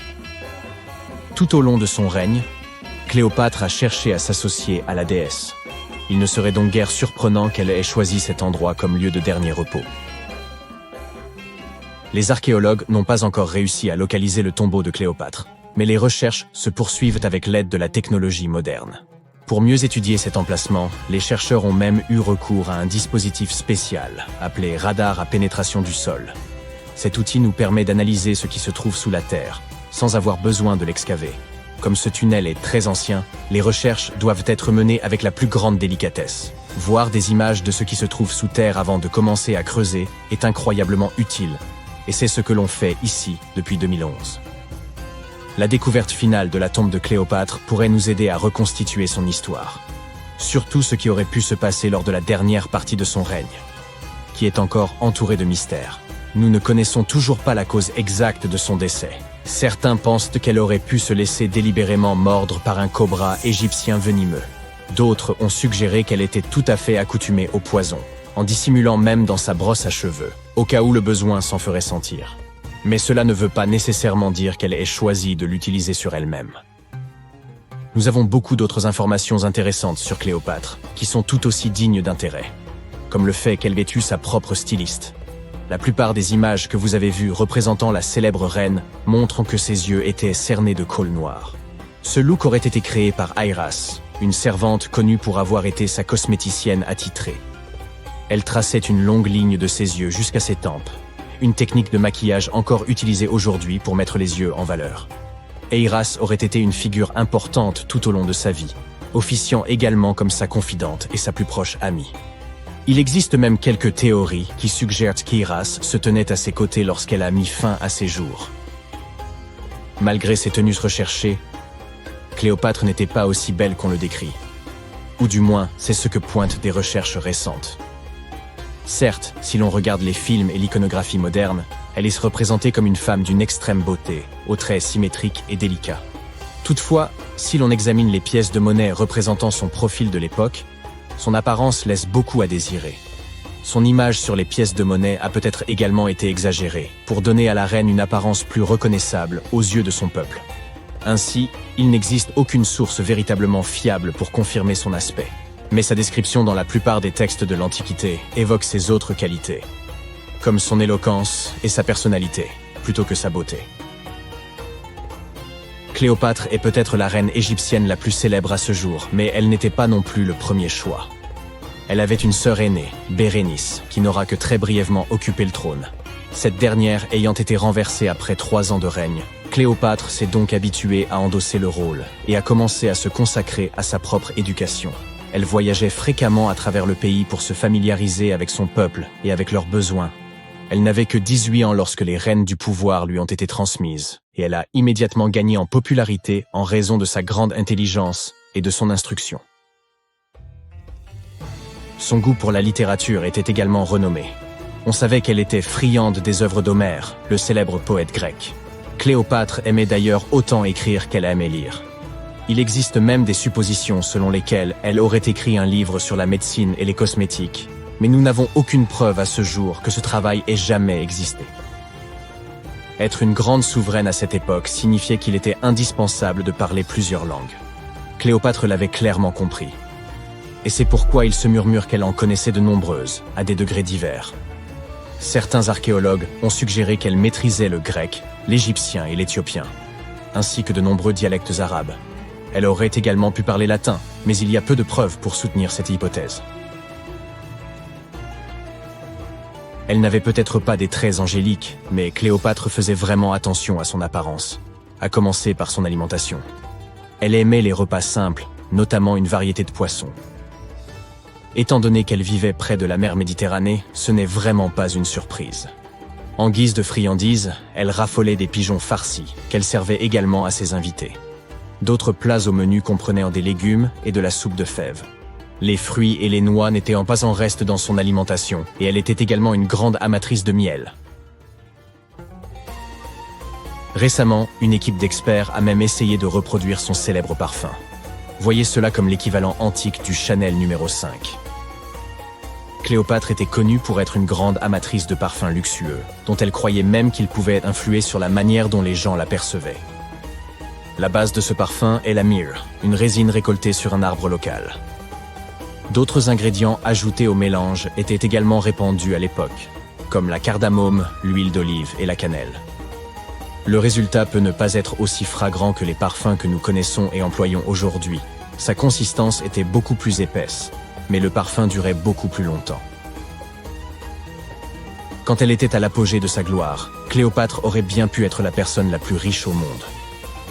À cette époque, elle régnait sur un territoire qui s'étendait à travers la Méditerranée, de la Libye actuelle à l'ouest, en passant par l'Égypte jusqu'à la Syrie tout à l'est.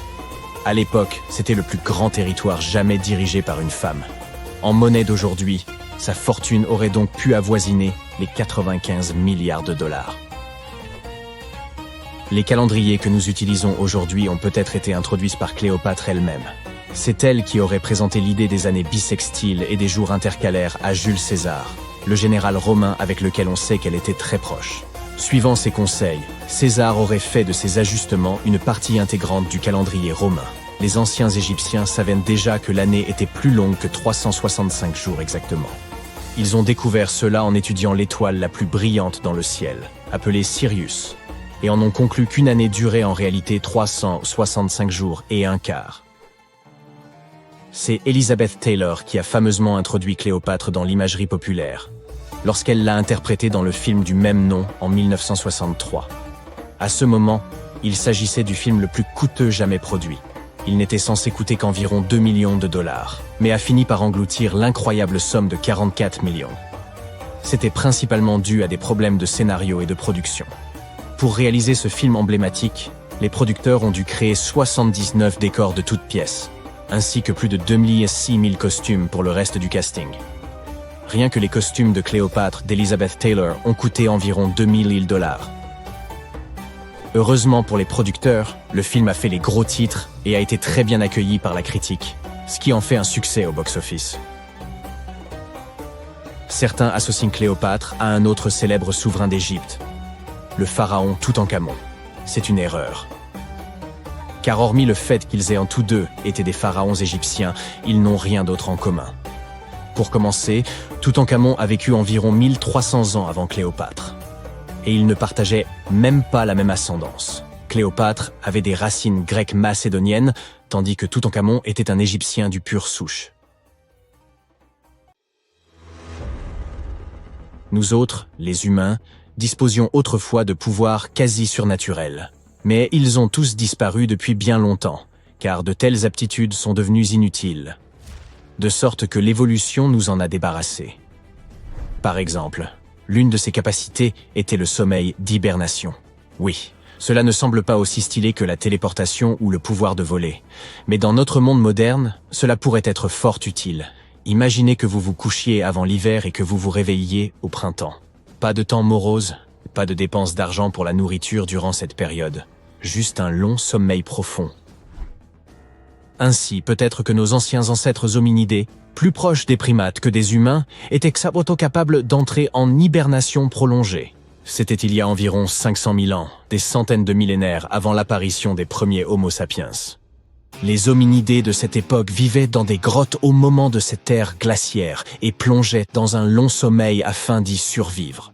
Ce n'est pas un fait confirmé cependant, mais les scientifiques ont émis quelques suppositions à ce sujet. Des paléontologues ont découvert de nombreux fossiles de nos ancêtres à l'intérieur d'une grotte en Espagne. L'analyse a montré que ces hominidés manquaient de vitamine D et de réserves de graisse. Ces étranges indices tendent à montrer que les habitants de ces grottes auraient pu être en état d'hibernation. Peut-être que leur métabolisme ralentissait et que leurs réserves de graisse et de vitamines s'amenuisaient peu à peu pour permettre leur survie pendant ce long sommeil. Bien sûr, une telle capacité pourrait être utile dans le monde moderne, mais elle présente aussi plusieurs inconvénients. Prenons l'exemple des ours et des problèmes qu'ils peuvent rencontrer pendant l'hibernation. Des processus métaboliques uniques permettent ce long sommeil. Mais si ces processus sont perturbés, alors après s'être réveillé, l'ours peut tomber gravement malade. Cela peut arriver à cause d'une quantité insuffisante de graisse et de réserves alimentaires. Une autre capacité du passé pourrait aider l'homme moderne à économiser une fortune. Cette capacité est d'avoir des dents fortes et saines. Aujourd'hui, nous avons des cliniques dentaires, des équipements de haute technologie, des centaines de types de brosses à dents et de dentifrice, des bains de bouche, et bien plus encore pour prendre soin de nos dents. Et malgré cela, nos ancêtres avaient des dents bien plus fortes et plus saines. Des mâchoires plus puissantes et des dents tranchantes leur permettaient de mastiquer les viandes les plus coriaces. Et l'immunité de la cavité buccale ne permettait pas aux bactéries de se développer. Mais ensuite, l'agriculture est apparue. Les gens ont commencé à manger des céréales. Cela a ajouté de nouvelles espèces de bactéries à leur bouche, affaibli les muscles de leur mâchoire et provoqué les premières caries.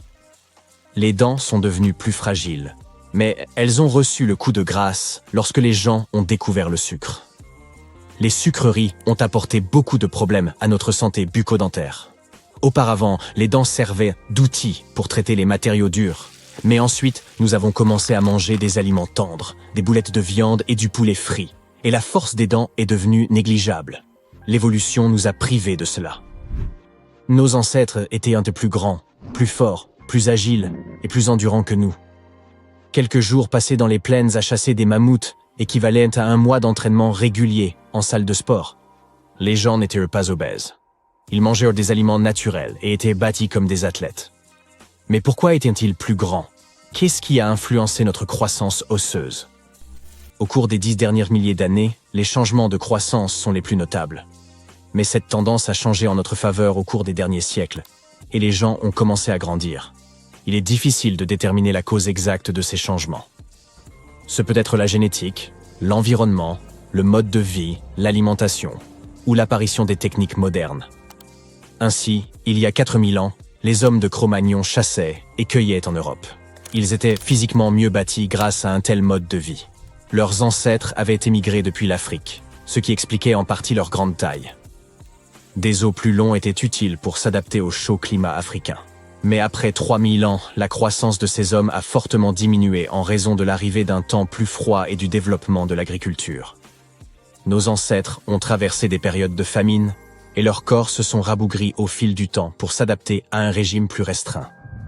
De plus, vivre au contact du bétail a provoqué l'émergence de nouvelles maladies, et tout cela a affecté l'apparence de nos ancêtres. On ne rencontre presque plus de tels problèmes à présent. Nous avons la possibilité de manger des aliments sains, de recevoir des soins médicaux et de prendre des suppléments. Tout cela nous a permis de grandir de quelques centimètres de plus. Mais un tel changement dans le corps humain reste toujours un mystère.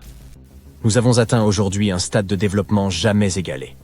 Nous pouvons devenir des sommités en neurosciences et en physique thermonucléaire, créer des ordinateurs surpuissants, avoir accès à toutes les connaissances du monde et étudier les profondeurs infinies de l'espace. Mais pour une raison quelconque, nos cerveaux sont devenus beaucoup plus petits que ceux des gens qui vivaient il y a plusieurs milliers d'années. Mais comment est-ce possible, étant donné que nos ancêtres ne s'adonnaient qu'à l'agriculture, au commerce et à la fabrication d'outils rudimentaires? Puis sont apparues les grandes villes, l'architecture, l'art et la technologie. Et pendant tout ce temps, notre cerveau rétrécissait à mesure que l'humanité progressait. Il a même perdu un volume équivalent à celui de 4 balles de ping-pong. La raison n'est pas que les gens étaient plus intelligents dans le passé. Le volume du cerveau n'est pas vraiment lié au développement intellectuel. Il est en revanche possible que leur cerveau ait rétréci à cause de la collectivité. Pour comprendre ce que cela signifie, observons plutôt les fourmis. Des scientifiques ont mesuré la taille du cerveau de certaines espèces. Ils ont remarqué que les espèces qui entretenaient des systèmes sociaux complexes présentèrent des cerveaux plus petits. Cela signifie que si une fourmi interagit étroitement avec d'autres fourmis et partage son travail avec elles, son cerveau réduit. Le partage des tâches au sein d'une même espèce contribuerait donc à la réduction de cet organe, ses capacités cognitives se retrouvant ainsi réparties entre différents groupes effectuant différents travaux. On dirait que plus un cerveau se décharge ses fonctions, plus il devient petit. Autrement dit, si vous vivez isolé sur une île, pratiquez l'agriculture et la pêche et construisez votre maison tout seul, alors votre cerveau devient plus gros. Mais dans une grande société complexe, où toutes ces fonctions sont réparties parmi de nombreux membres, le cerveau humain rétrécit. En un sens, l'intelligence devient collective. Mais à quel moment de notre existence l'intelligence humaine est-elle devenue aussi collective qu'elle pouvait l'être? C'est lorsque l'écriture est apparue, soit environ 2000 ans avant le début du rétrécissement de nos cerveaux. Lorsque nos ancêtres ont appris à écrire, ils ont libéré une grande zone liée à la mémoire dans leur cerveau. Ils n'avaient plus à conserver une trace de toutes ces choses indispensables dans leur esprit. Et avec le développement des civilisations, la collectivisation de l'humanité s'est accrue. Puis sont arrivées la télévision et Internet. Nous ne tarderons pas à découvrir comment cela affectera notre cerveau dans le futur. D'une part, son volume pourrait diminuer encore davantage. Mais d'autre part, nous baignons dans un flux infini d'informations. Nous ne savons pas encore comment cela affectera la taille de nos crânes. La collectivisation de la conscience n'est qu'une des hypothèses expliquant le rapetissement de nos cerveaux. Une autre théorie suggère que cela serait arrivé à cause de notre mode de vie sédentaire. Le cerveau d'un chien, d'un chat ou d'un autre animal de compagnie est plus petit que celui de ses ancêtres qui vivaient à l'état sauvage. Lorsque les gens ont commencé à s'établir dans les villes et à dépenser moins d'énergie pour obtenir leur nourriture, leurs cerveaux ont également pu commencer à rétrécir. En plus de la taille du cerveau, les humains ont subi de nombreux changements. L'humanité présente désormais une grande variété d'apparences, que les premiers Homo sapiens ne connaissaient pas. Dans un lointain passé, chacun possédait les mêmes propriétés physiques caractéristiques d'une région particulière. Par exemple, une silhouette courte et trapue était typique des gens vivant dans des environnements froids. La surface corporelle d'une personne de petite taille aide à mieux conserver la chaleur. Par ailleurs, la surface corporelle d'une personne de grande taille dissipe plus efficacement la chaleur, de sorte que les gens vivant dans les régions d'Afrique les plus arides étaient plus grands, et dans les régions où il fait une chaleur torride pendant la journée, et où les gelées arrivent dès la tombée de la nuit, les gens ont pu développer la capacité d'abaisser leur température corporelle sans frissonner ni ressentir le froid. Ce phénomène concerne particulièrement les tribus aborigènes qui peuplent le désert central d'Australie. L'environnement affecte les caractéristiques externes presque autant que la génétique. Et au cours des 40 derniers milliers d'années, l'évolution n'a fait qu'accélérer. La capacité à voyager et l'accroissement de la population humaine ont contribué au mélange de différents groupes ethniques à travers la planète, ce qui a également favorisé une certaine diversité dans l'évolution. Il semble que l'humanité n'ait pas encore atteint le point culminant de son évolution. Et peut-être qu'il n'y a pas vraiment de limite à cela. Les anciens textes indiens évoquent des chars richement ornés, voire des palais entiers, connus sous le nom de Vimana, capables de s'élever dans les airs et de parcourir, en quelques secondes, des distances allant jusqu'à l'espace. Si certains considèrent ces Vimana comme relevant exclusivement de la mythologie indienne, d'autres estiment qu'ils pourraient s'inspirer d'une technologie véritable, perdue au fil des siècles. Selon les textes de l'ancien Veda indien, il existait des Vimana variés, comme le Vimana éléphant doté de plusieurs moteurs, ainsi que de nombreux modèles portant des noms d'animaux ou d'oiseaux. Certains étaient conçus pour des trajets locaux, d'autres pour voyager à l'étranger, et d'autres encore pour explorer la Lune ou d'autres planètes. Ils pouvaient atteindre des vitesses stupéfiantes. L'un des Vimana possédait la capacité exceptionnelle de se rendre invisible. Un autre, en forme de sphère, était propulsé par les vents de Mercure. Ce modèle aurait produit un rayon immense, comparable à celui du Soleil, et un bruit retentissant semblable au tonnerre. Tous les Vimana étaient réputés indestructibles et parfaitement adaptés au combat. Pour piloter un Vimana, il fallait maîtriser un ensemble de connaissances, comparables à celles requises pour un pilote d'avion moderne, et regroupées en 32 secrets. Ils incluaient la structure de l'engin, les techniques de décollage et de manœuvre en toute sécurité, ainsi que des savoir-faire spécifiques comme comment se rendre visible ou invisible, comment se dissimuler, comment être rapide, ou encore comment gérer les phénomènes de contraction et d'expansion. Pour échapper à ses adversaires, le pilote d'un Vimana devait se hisser jusqu'à la 8e couche atmosphérique au-dessus de la Terre et tirer parti de la puissance des rayons solaires obscurs. Si cette consigne peut paraître étrange, d'autres instructions, plus plausibles, conservent une certaine pertinence dans le contexte de l'aéronautique moderne. Certaines sections des textes dédiés aux Vimanas mettent en lumière des aspects tels que les itinéraires de vol, la formation des pilotes, la navigation, mais également les tenues appropriées pour ces derniers, ainsi que les aliments recommandés pour de longs trajets. Ces écrits recèlent également des informations techniques détaillées sur l'utilisation de métaux absorbant la chaleur, les types de métaux employés et leurs points de fusion. Les défenseurs de l'idée que les Vimanas étaient plus que de simples mythes estiment que les anciens Indiens n'auraient probablement pas consacré autant de précision à une vulgaire légende. Ainsi, ces palais volants pourraient avoir été réels et extraordinairement en avance sur leur temps, à l'image de nombreuses autres inventions indiennes. Au VIe siècle avant notre ère, un chirurgien indien du nom de Sushruta a rédigé ce qui est considéré comme le premier manuel de médecine et de chirurgie. Surnommé le père de la chirurgie pour ses contributions, Sushruta a catalogué des centaines de plantes médicinales et décrit des interventions chirurgicales complexes. Il a notamment consigné des instructions pour des reconstructions nasales, ainsi que des greffes de peau transférées d'une partie du corps à une autre. La technique originale de rhinoplastie, qui consistait à prélever un fragment de peau sur le front pour reconstruire un nez, demeure utilisée aujourd'hui. Toutefois, à l'époque, cette intervention répondait à des besoins très différents de ceux d'impressionner le public des réseaux sociaux. Ces chirurgies étaient destinées à aider des individus ayant perdu leur nez en raison d'un châtiment ou de blessures subies au combat. C'est à un prodige des mathématiques indiens de l'Antiquité, nommé Aryabhata, que nous devons l'invention du zéro. Bien qu'elle puisse paraître anodine, cette découverte a été cruciale, car sans elle, il n'existerait ni système binaire, ni ordinateur. Avant le 5e siècle de notre ère, les gens se contentaient d'un simple symbole pour indiquer l'absence de valeur. Grâce à cette invention, l'addition, la soustraction et bien d'autres opérations sont devenues infiniment plus simples. Vous pouvez observer le plus ancien zéro connu, gravé sur le mur d'un temple de Gwalior, en Inde. Dès 1500 avant notre ère, voire plus tôt, la civilisation de la vallée de l'Indus utilisait des règles en ivoire. Ces instruments, retrouvés lors de fouilles sur les sites de l'actuel Pakistan et du nord-ouest de l'Inde, étaient couramment employés en architecture avec une précision remarquable. Chaque règle comportait des unités mesurant un peu plus de 3 cm, minutieusement divisées en sous-unités précises, jusqu'à une tolérance de 2 millièmes de centimètre. L'invention suivante relève davantage du concept que de l'objet tangible. La standardisation consiste à fixer des règles communes en s'appuyant sur un ensemble de critères, qu'ils soient humains, matériels ou d'intérêts variés. L'une de ces applications les plus notables, à laquelle nous sommes aujourd'hui habitués, est celle des poids standardisés. Que l'on utilise des livres ou des kilogrammes, ces mesures universelles sont essentielles, n'est-ce pas? Pour cela, nous devons un grand merci aux marchands de la civilisation arapéenne, qui vivaient il y a près de 4000 ans. Ces derniers utilisaient des poids standardisés pour mesurer aussi bien des céréales que des produits de luxe. Leur système de mesure reposait sur des bases mathématiques décimales et binaires. Bien qu'ils n'aient pas disposé de technologies avancées, ils ont atteint une précision remarquable grâce à des calculs complexes et à l'utilisation ingénieuse de matériaux tels que le sable pour la construction. Leur expertise en matière de standardisation s'est diffusée jusqu'en Perse et en Asie centrale, devenant ainsi une norme mondiale en matière de pesée.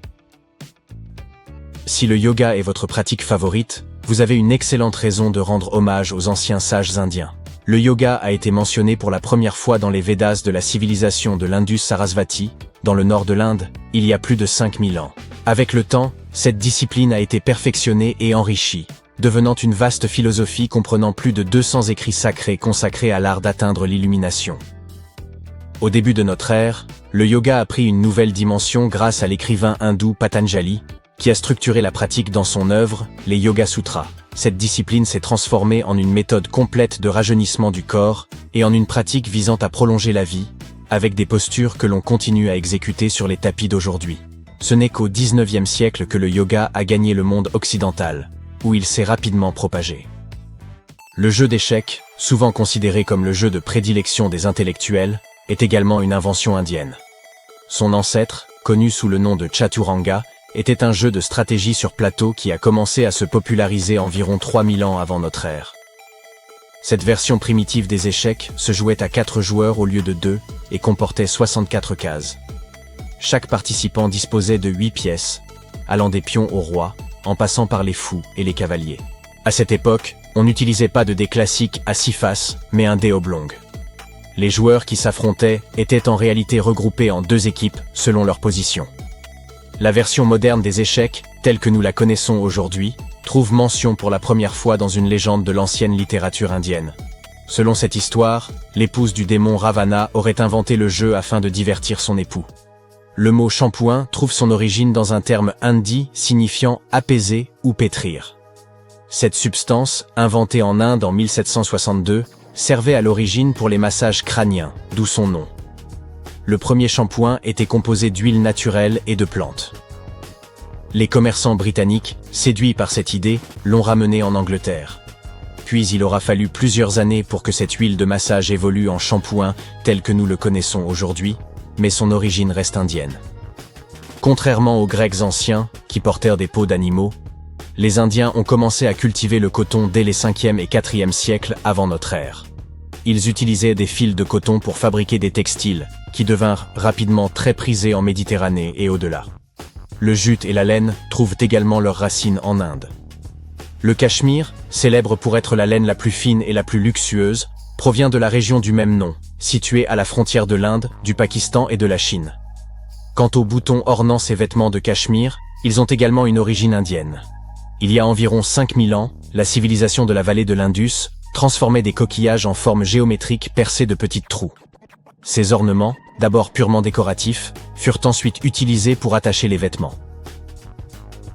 Lorsque l'on évoque les pionniers de la communication radio, le nom de Marconi est souvent celui qui domine.